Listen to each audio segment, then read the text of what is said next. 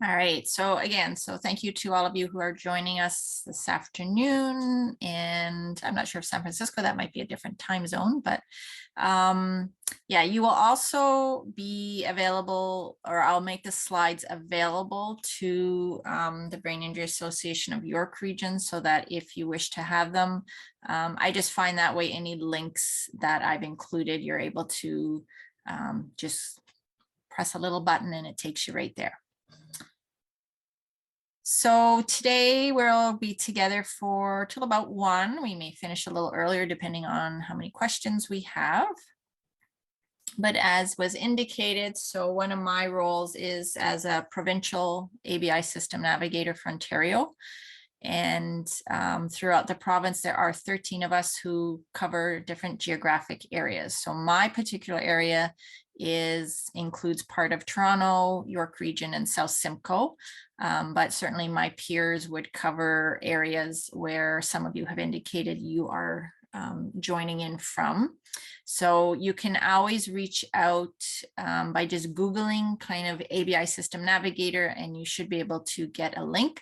You can also go to the OBIA website, and under their resources, they have a listing of all of the navigators for each of the geographic areas. So my main roles as a navigator are kind of under 4 streams. So the main one is part of what we're doing today, which is education.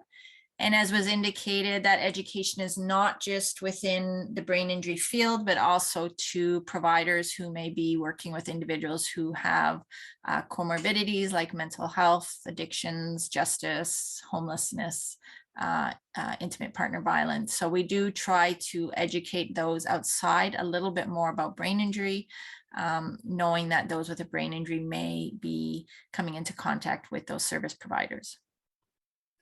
Resource navigation is just helping people to find what's available in their area, as well as sometimes outside the area, maybe what provincial resources might exist. And we don't tend to do one-on-one case management. So we're not necessarily working in the field directly. What we may assist with is more complex cases where there are individuals who can't seem to find services within their area, or they don't seem to fit kind of that mold for what's available in the area. Sometimes that's because they have a more complex case that involves more than just the nature of the brain injury, but they may also be struggling with some mental health or addictions or justice or some of those other areas that I've mentioned. And then through doing all of this, a lot of times what happens is we identify that there are gaps in the system. Every system does have gaps, and we try to work not just at the ground level, but also at more of the kind of ministry and provincial level to bring awareness to those gaps. So again, we mentioned that part of today's talk is really going to focus on advocacy. So even as myself, trying to be an advocate. I'm not going to be going today into a big talk about, the nature of brain injury and everything that someone might come in contact with. I'm just kind of pulling this slide up to bring awareness to the fact that brain injury really is an anything and everything injury, which makes it very unique. So much different than somebody who breaks an arm where the trajectory and the type of care is pretty consistent from person to person. Because with brain injury, there are a variety of ways that someone may sustain that injury. And as a result, a large variety with regards to what challenges they may be dealing with after. It really makes it hard to have kind of a set standard. That being said, with regards to care, we do want people to at least have somewhat of the same trajectory of care throughout.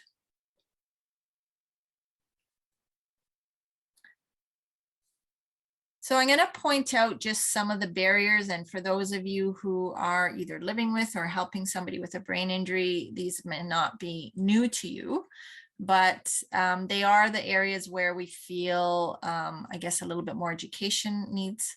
And one of the main things I think that a lot of people complain about is just the invisible nature of the injury. So I think in society in general, when someone has a physical injury that they can see, there's this underlying feeling that people are maybe more patient, and they feel the need that they need to help this person. And when it comes to the invisible parts, so those more cognitive challenges that people face, some of the personality issues, that those are not always as easily recognized. And then as part of that, with the cognitive challenges, sometimes there's a misinterpretation. So depending on the nature of the injury, and particularly if somebody has any of those comorbidities that can kind of mask some of those or mimic. So for instance, somebody with a mental health issue may suffer from some similar cognitive challenges to someone with a brain injury. So it's kind of teasing it out and not really understanding kind of how to assist an individual. And then, as I mentioned with the previous slide, there's a lot of variance between how someone gets an injury, and then even within kind of the medical classifications of mild, moderate, severe, you may have quite a wide range of differences within, and then obviously between those. And then, as I've mentioned, with the comorbidities, we're still seeing that a lot of agencies have criteria or admission criteria where people are having to kind of fit a specific stream of care. Through more education, I think we're starting to see a little bit more holistic, where there's different agencies who are working together to assist an individual, but I think that's something that we're still needing to work on. And then time constraints for follow-up. So a lot of times, just because of the resources that are available or the limited resources, a lot of rehab is based on particular number of weeks of care. So there's kind of a standard of maybe 8 to 12 weeks that you're entitled to, regardless of whether or not you have kind of achieved everything that you had hoped to achieve by that. So again, there's some variance, but it is a bit of a struggle when there's kind of these caps. Cathy, sorry to interrupt. Just got a message. I know you can't help it, but that black box on your screen is. Yeah, I'll try and move it. So I was telling, that's my control box and it seems to block. So hopefully I'll move it up there and that might be better. Okay, thank you. Sorry about that.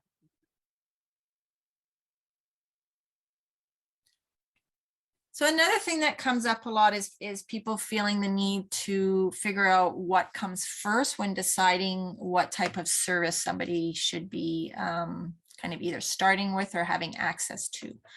So in addition to the brain injury, we've mentioned some of these other socioeconomic or political issues. So there are issues with homelessness, mental health, substance use, discrimination, domestic violence, or incarceration. And what we do know is that there tends to be a higher incidence of brain injury within all of those populations as compared to the general population. So if you were to just look at the amount of brain injury kind of in the general population, you're going to see kind of a higher percentage within some of these other areas. And I know this slide has a lot of writing and it probably looks small, so I don't want you to get caught up in actually what it says. Like I said, you will have access to the slides later if you really want to examine it. And we will look at a part of it a little bit more close up, but this was just something I had created a couple of years ago. And the blue boxes are kind of indicating what would be a more ideal situation for kind of a typical person going through the brain injury system. So there would be, the incident that occurs, and then some type of medical treatment, whether that is just through a general, like a family physician, a GP, and then maybe some investigation into it, that they would then, if needed, be admitted to a hospital and have kind of that acute care, and then transferred into rehab that is more neuro or ABI specific. So going from inpatient to outpatient. That part of that outpatient might involve some home and community care. and then being referred on to community supports for that more long-term support.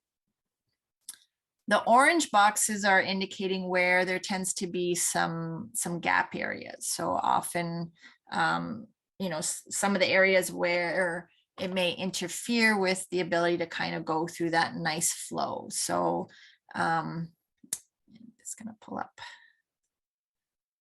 So with here, the orange boxes are just highlight a little more and then just giving some indication as to why those might be occurring. So for instance, there are individuals who may not actually get a physician to look at them. So if we look at an example of someone who is having to deal with domestic violence, they may not have that ability or feel safe being able to go and get someone to address their injury. And then even for individuals that maybe see a physician, maybe they don't get kind of that next step. And some of that may just be because of education or being misdiagnosed. I think we want our physicians to be able to kind of know really in depth everything about, you know, every possible diagnosis. And that's really a struggle for them as well.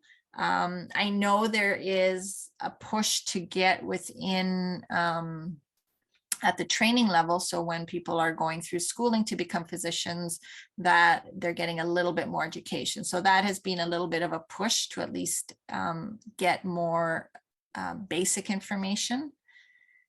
And then also having to deal with comorbidities, and again, understanding that it may mimic, right? So for somebody who is displaying anxiety, you know, are they displaying anxiety because they have just a mental health diagnosis, or are they displaying anxiety because of brain injury? Are they displaying anxiety because of addiction issues?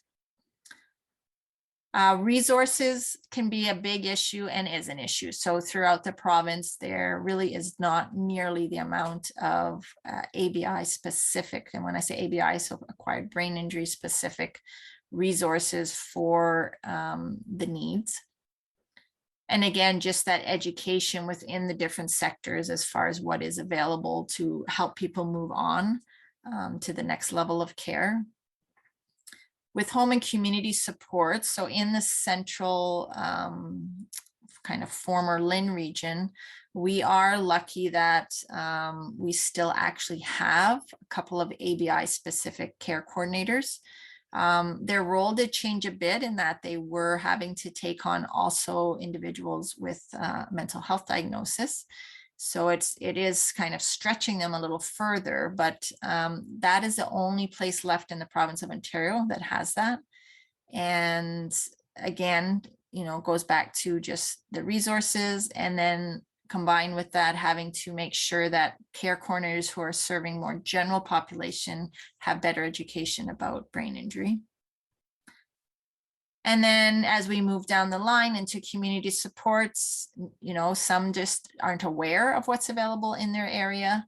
And language does also often become an issue. So it's really challenging within, you know, Ontario, or like you know, even North America, where we see individuals with very wide range of language abilities. And unfortunately, getting translation services is not always easy, particularly on like a subsidized basis, so on a kind of ministry funded basis. So we're going to move into just advocacy and kind of talking a little bit about how maybe we can address some of these gap areas, even when we don't necessarily have control over everything. And a lot of the information that I've taken, I just want to make note, is from a really nice resource in the States through the Center for Excellence in Disabilities. So advocacy is really promoting interests of somebody or a group of people. And when you're advocating, you're either arguing for, or you're recommending, you might be supporting a cause. And essentially, it's just helping a person or a group of people to find their voice. So we're going to talk about 3 different types of advocacy. There's self-advocacy, individual advocacy, and systems advocacy. And they kind of work from kind of the individual up to the system level. So self-advocacy is, and again, there might be different definitions. So this is just one that I chose that I think was quite nice. So it's an individual's ability to effectively communicate, convey, negotiate, or assert their interests, desires, needs, and rights. And it's understanding your strengths and needs, identifying your goals, and knowing your rights and responsibilities and being able to communicating these to others. So you're speaking up for yourself. And as I go through that list, to me, one of the biggest challenges is the fact that if we think of individuals who are living with a brain injury, often cognitive challenges are a big part of that. So when we look at things like memory and insight and being able to process information, to identify goals, a lot of people struggle with that. So that's going to make being a self-advocate a little bit more challenging. So then we move on to the individual advocacy. And I think I don't want to comment for every individual, but from my experience in working in the field, I think this is probably one of the main areas, at least for brain injury, that we see advocacy happening, because this is where there is now another individual who is helping a person or a group of people to advocate. So it's really almost somebody speaking up on your behalf. And, here it kind of says that they're, standing beside you. So there are two common forms. There is the informal and the formal. So informal is going to be parents, friends, family members, or it may be an agency that speaks out. So if we think of something like the brain injury associations across Ontario, they may be more of an informal advocate. And then the formal advocates are organizations that are more at a pay level. So those might be more of the service agencies with paid staff. So with the associations, it does vary. Some of the associations in Ontario do have paid staff. Some of it is more volunteer-based. But at the end of the day, it's this idea that there is somebody else who is helping to support you. And if, thinking back to some of those other factors to helping to support somebody around their goals and what they're kind of feeling that they need. And then at the broadest level, we have the systems advocacy. So this is looking more at not at what an individual's goals are, but as a collective wanting to make changes to policies, laws, or rules that could impact on an individual level. So it's trying to change maybe what exists. In some cases, maybe supporting what exists to make sure that it stays in place. And really who is being targeted. So it may be at a municipal level, at a provincial level, or at a federal national level. And that's going to depend on who kind of has authority over the particular issue. So I'm going to move my little thing because I think that's blocking the top.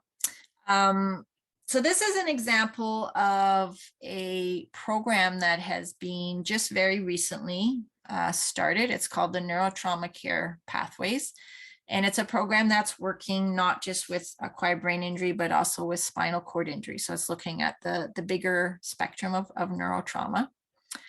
And they were created to try and work through what is going to be kind of the best use of services, understanding that they were noticing gaps. So when they were seeing some of those gaps, they kind of thought like, what can we do to promote more equality? So they were working and are working on kind of this roadmap of care. So it's going to be kind of a more formalized version of that little chart that I created with the blue boxes, kind of that ideal pathway. So that's what they're trying to work on. In stroke care, they have developed a really good program, and that's really helped to promote not just funding, but more consistent care. So, with stroke now, there's this feeling that, it's important for someone to get to hospital within this certain time frame. And in order for that to happen, there was an understanding across the province that there has to be those specialized hospitals that can accept those individuals. So it's kind of working along those lines. But again, for more with regards to the brain injury sector. And right now, what they're looking at is a lot of just the data, and they're realizing that, you know, a lot of data is missing, how things are coded in order to know how people are flowing through the system. Community data is almost non-existent. So although community care happens and happens for, you know, almost every individual, there's not the consistency of data to be able to pull it together and present it. So those are some of the things that they're working on. And the nice thing about this program is they've pulled in representatives who really come from all streams. So from the individual, so the survivor, caregivers, community agencies, rehab workers, hospital workers, researchers, you know, people who work with data and policy. So it's a nice, you know, broad group of individuals who are hoping to come together to make some changes. So this is a phrase I think many of you may have heard: the squeaky wheel gets the grease. And I know if I do get calls and people are having trouble, you know, I don't necessarily tell them this phrase, but I am in an indirect way trying to tell them that they got to make a little bit of noise.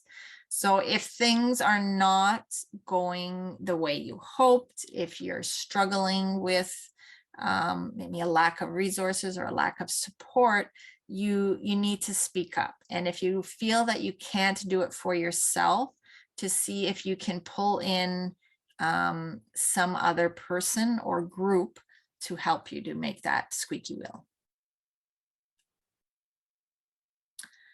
And I think sometimes people are overwhelmed by the thought of advocating or speaking up for themselves. I think perhaps in some cultures, you know, they feel that it's just not appropriate. And, you know, sometimes it doesn't have to involve anything too, you know, specific. So it can even be by just starting with asking questions. And those questions might be around why something was decided. So, you know, why am I not being able to get that service? Why is, you know, that individual who was, you know, that I know of is, you know, accessing something and I'm not able to, or so it could be with regards to, you know, whatever. Those are just a few examples, but just starting to ask questions, get more information. The other thing is knowing what you are accepting and agreeing to. So sometimes, for instance, I'll get a call from a family member who feels that the hospital is pressuring them to have their individual discharged home. And they're feeling like, you know, it's not going to be a good fit. They're, you know, whatever, they have some concerns about it. So again, you know, taking a step back and just knowing that before you automatically agree to something just because, you know, a physician or, you know, an agency or somebody who you kind of feel has more power is suggesting something doesn't necessarily mean that you have to just accept it at face value. There are some built-in kind of complaint procedures or mediators who can help for individuals who are still hospital-based. Most hospitals will have what's called an ombudsman to kind of deal with some of those matters. So you can always ask to speak to that individual. And some of the links there also just, you know, if you are now at home and just wanting to, you know, just regard to ministry or health related services, there's kind of a similar procedure that you can go through. Sometimes it's filling out a form just to kind of start the process. Sometimes there are phone numbers that you can call. You can also join an advocacy group. We're going to talk about one of those in a few slides. And you can also write to your member of parliament. So we have our member of parliaments, our member of provincial parliaments, and sometimes it's having to write to more than one. So you may have your local representative for where you live. You may also want to write to a minister who oversees a certain area. So for instance, Christine Elliott is for Ministry of Health. So she may not be in your local riding, but she oversees an issue that pertains to you. So sometimes it's having to do a little bit of digging. You can online find out very easily if you put in where you live and who your MP is. So if you're not offhand knowing who that is, they do have to record for every region who your representatives are and how to contact them by either a phone or an address where their offices are located. So tips to be a successful advocate. This is not any research base. This is kind of from Cathy's head out to you of some things that I have noticed over the years. So you really want to be mindful that when you are advocating, whether it's for yourself or for somebody else, that you're not making it just a complaint session. So yes, at the end of the day, you are complaining about something, but you want to try and bring in more to, help almost build a little bit of a case for yourself. And part of that is having realistic expectations. So I think sometimes there is a feeling that, well, I should just be entitled. I'm entitled to have, X, Y, Z. And that may be the case, but you also have to look at what exists, what's realistic for where I live. And that's not to say that doesn't mean that there's a gap, and it's okay then to bring awareness to that. But then you also have to work with what exists for this moment. So maybe things will change down the road, but for right now, what's realistic? So the biggest thing I think right now is healthcare. And we are still not quite post-COVID, particularly in hospital settings. So that is impacting staffing. A lot of people had burnout from dealing with COVID. Numbers have been reduced. A lot of people have left the healthcare sector. So they're trying to still deal with the same numbers of people who need healthcare, but with less resources. So, again, it's not to say that you shouldn't get a certain amount of hours of care or a certain type of care, but being realistic to what is the reality of the situation and what's realistic to ask for. Being willing to negotiate. So maybe you're going in saying, I'm going to use just an example of home and community care. Maybe your hope is that you would get, ideally 3 hours of care every day. And maybe because, again, those realistic expectations as well, maybe just for staffing purposes, they can provide you with 1 hour of care is what they're suggesting. So kind of having a little bit of back and forth and negotiation. Is it possible to have more hours on one day than on another or something like that? Being educated on the topic. So that goes back a little bit to not just complaining. So don't just bring it up, but can you find out a little bit more information so that what you're bringing up is, the way that really it needs to be. And you may not know that information. So sometimes it's by asking those questions that we had on the other slide that can help you to become educated. So it's not like you need to, go to the internet university and spend hours and hours, but have a little bit of a sense, talk to other people, and ask questions to try and get some of that information. If you're going to be approaching somebody to advocate, you want to try and go in prepared and with specific requests. So to go in and just say, well, I'm not getting good care, that's really hard for the other person. Like, what is good care to you? What are you looking for? And just knowing that sometimes it's overwhelming, it can be stressful to be having to stand up for yourself. So making sure you have things written down, maybe you've rehearsed it a little bit before you're going to speak to the person so that you feel confident in your requests and that you've kind of narrowed it down And if you have, let's say, a list of 10 things that you want to complain about, maybe you pick out, the key ones, the top one or two that you really want to start with.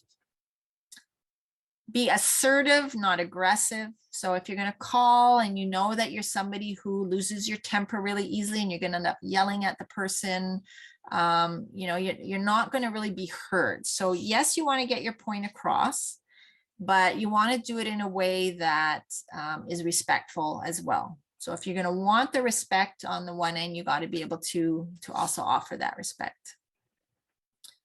Be willing to listen. Sometimes we get caught up in our stories and in, maybe sometimes the negative aspects of what we're having to go through, and just taking a moment to stop and listen to what the other person is saying. So if you're asking questions, take the time to make sure that you're hearing the answers that they're giving you.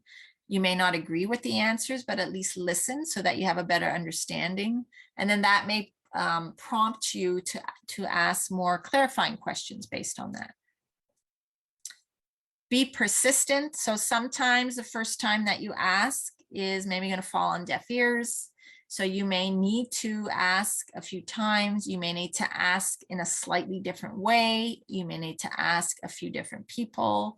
But if it's something that you feel is really important and is going to affect your kind of day-to-day living, or the living in an individual that you are helping to care for, sometimes you have to be willing to kind of give in a little that time, and that can be trying for some individuals. And I know, some people have just said like it just becomes too much, and that's maybe where you pull in somebody else for a little bit of help.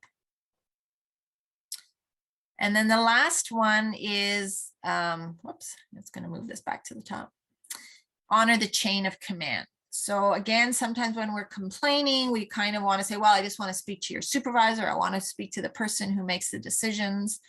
And you may end up having to get to that level, but it's always, again, just out of that respect, is try to start with the person that you interact with. Whether that is maybe a nurse, or if it's a caseworker or care coordinator, or somebody that you are already involved with. And if you're feeling that they can't address your concerns, or they're not really hearing you, then you might want to go up kind of the next level and kind of think of it as that ladder, going up if as needed. A lot of agencies, hospitals, and that will kind of have that chain of command and let you know about their complaint procedure. So often that is available to you to understand and know about. And then at the bottom of this slide, I've just made a link to, it's actually a resource out of New Brunswick, and they have they kind of expand on some of these tips as well as offer some others. So they'll offer more of a written scenario for you.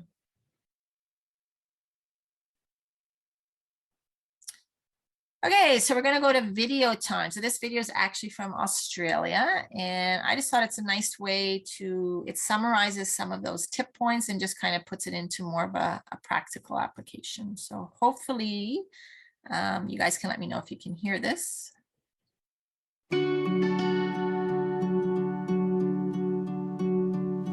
Hi, I'm Amy. We all face problems sometimes. Maybe it's with your care or disability services, dealing with telephone companies or banks, getting supports through the NDIS, or problems with where you live.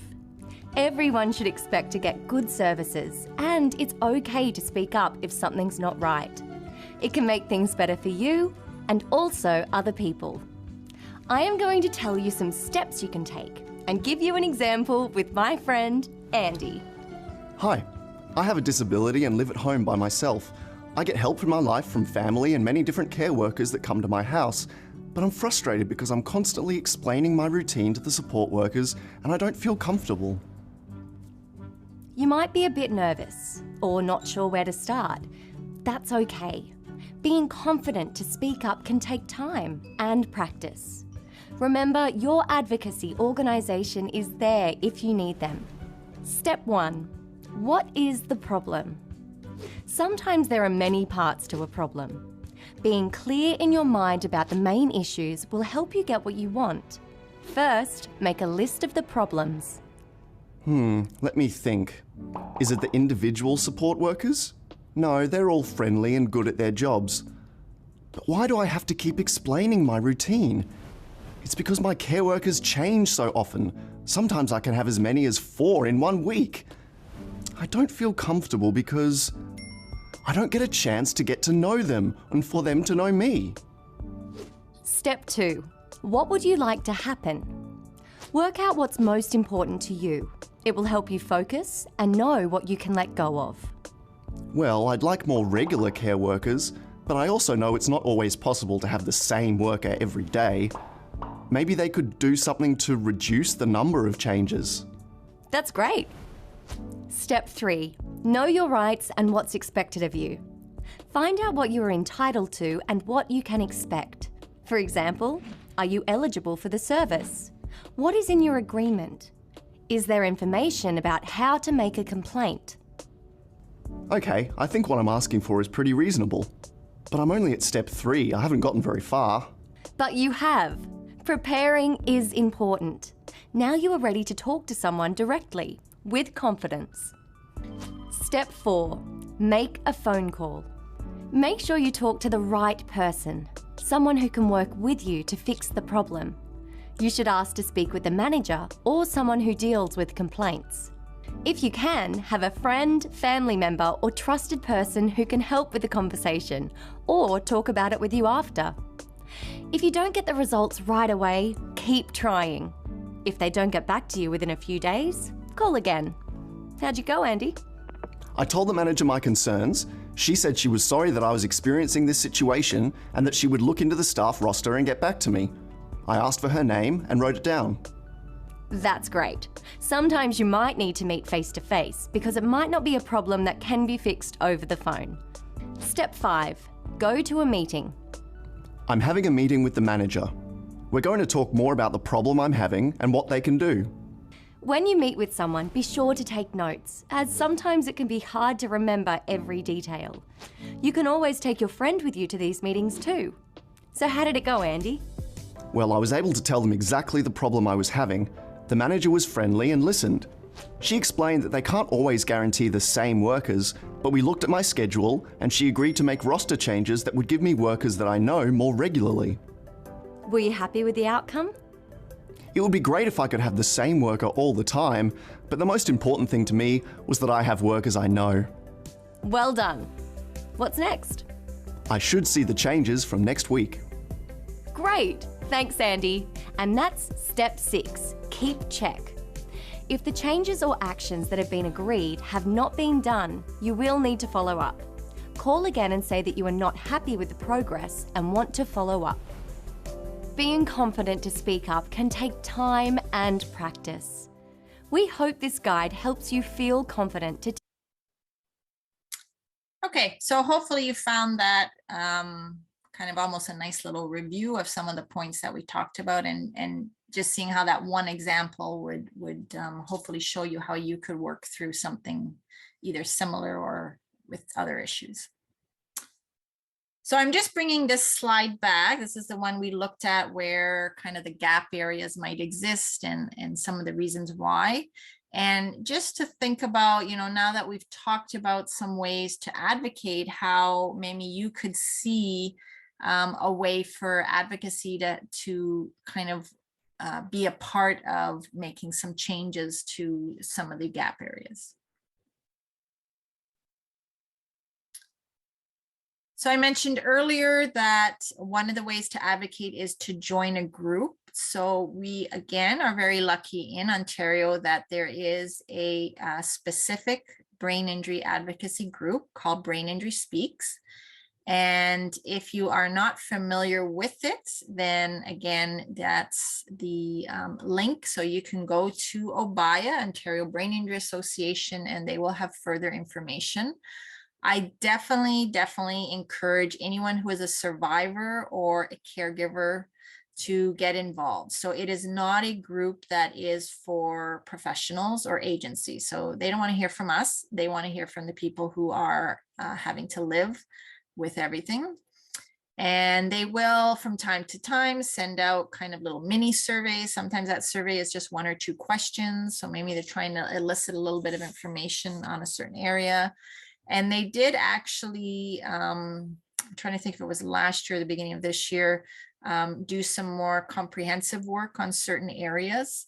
And they compiled that into a little report and are looking to share that with kind of the Ministry of Health and kind of policymakers. So it is a way for you to have your individual voice make a difference in a collective way. So taking everybody's individual voice and having a better chance of being heard by being a part of a bigger group. So they're always willing to have people join in. There's no cap to how many people they can take. I'm sure they would at some point love if, you know, every single person was involved and able to have their say. But you know, if you're not Ontario based, then, you know, you can maybe look to see with any brain injury association near you to see if something similar exists. So we're coming near the end, and I'm just going to run through some resources. I'm not going to pull them up. So once you have the slides, you can certainly look in a bit further. There is listed on brainline.org an advocacy toolkit that you can look at, and it gives you more kind of skills and strategies. Brain Injury Canada has some advocacy information. And then a lot of what we talked about today was more based on advocating for the survivor. The nice thing about Ontario Caregiver Coalition is that they will also look at it from the perspective of the caregiver and the advocacy needs of that group. So, you know, if you look back to my example where, you know, a lot of caregivers are calling to say that they feel pressured to take somebody home before they feel they're ready, or they just don't feel like they would be able to cope with it. It's kind of advocating on behalf of those type of needs. These are some ABI specific resources. So again, besides just listing maybe where you can go for assistance, it may also just has some separate little tip sheets on different aspects. So the Toronto Acquired Brain Injury Network, although it is called Toronto, it does include services within York Region as well. The Ontario Brain Injury Association, I've mentioned a few times, so they have a lot of really nice programs that can be phone-based or virtual-based. They do have a helpline, and if you call the helpline, they can sometimes direct you to resources in your area. So again, if you are not from the area that I serve and you are in other areas of Ontario, that could be a starting point for you. Brain Injury Canada was mentioned. Sunnybrook is a hospital in Toronto, and they have some nice education, particularly with some concussion resources. And then the last one is the Brain Injury Guidelines. And they have, through, again, just some research and kind of system level work, they have started to develop, and they have developed for both concussion as well as for moderate to severe injury, what the ideal treatment stream should look like, and what kind of care should involve. So those guidelines do exist, and you can go there to kind of look if you're not sure. And then the second, the bottom link is for one that is specifically geared. So it's like a little infographic that was designed for patients and caregivers. And it does talk a little bit about, you know, this is how, or this is the type of care that has been mandated.